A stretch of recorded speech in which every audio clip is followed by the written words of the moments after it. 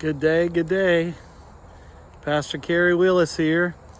Yes, the district servant of the Philadelphia District Church of the Nazarene. You know, I just want to encourage you today. Encouragement is a funny thing, isn't it?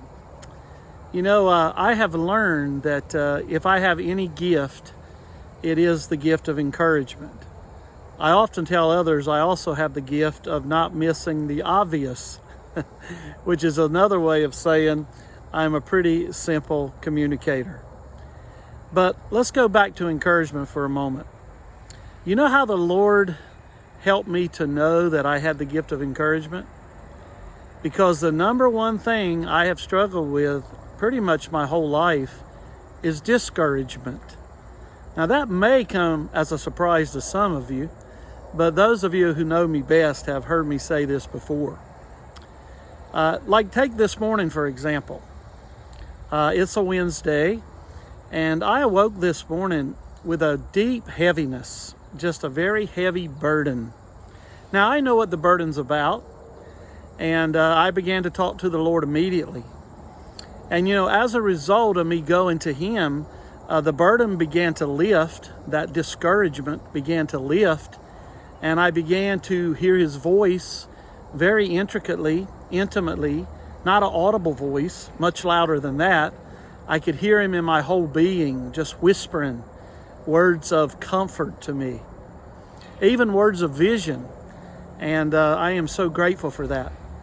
But the reason I know that I have the gift of encouragement is because I deal with discouragement.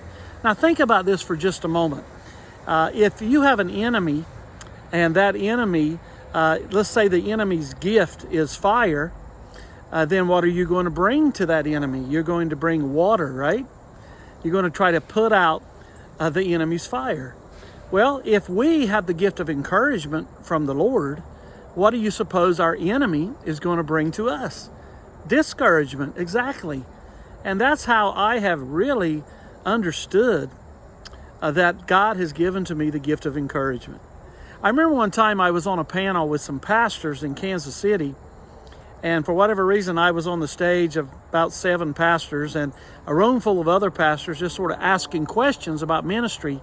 And someone asked the question, do any of you ever get discouraged? And I just immediately volunteered for that particular question. And I remember saying that I live with a homesickness for heaven. A homesickness for heaven. That's the only word I know to use. And it's a discouragement. Some people might call it depression. Other people might call it despair.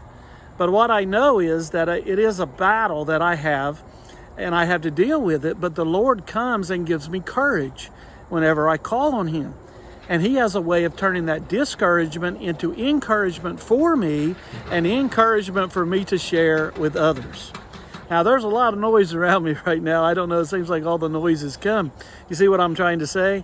I'm here to encourage you, and I'm not going to record this a second time. I'm going to send it with all the opposition that's coming our way because I think it's making my point. And so what I want to say to you today is, if you are discouraged, maybe you have the gift of encouragement. And maybe the enemy is fighting you so that you will not use your gift to encourage others.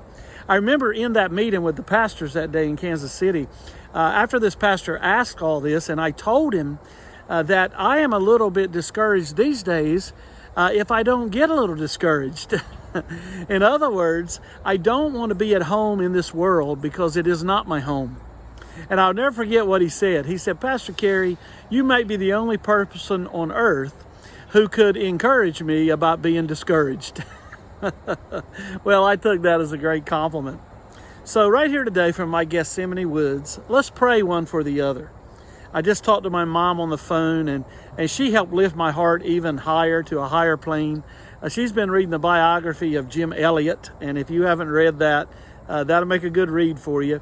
I'm not having to read it, even though I know the story of Jim Elliot, because my mom calls and tells me so many things that she's learning.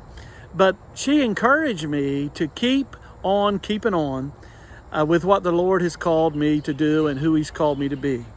And now the birds are singing, and so the Lord's bringing encouragement to me right here in my Gethsemane prayer woods. And you know what you need to do. Just remember, Jesus cares.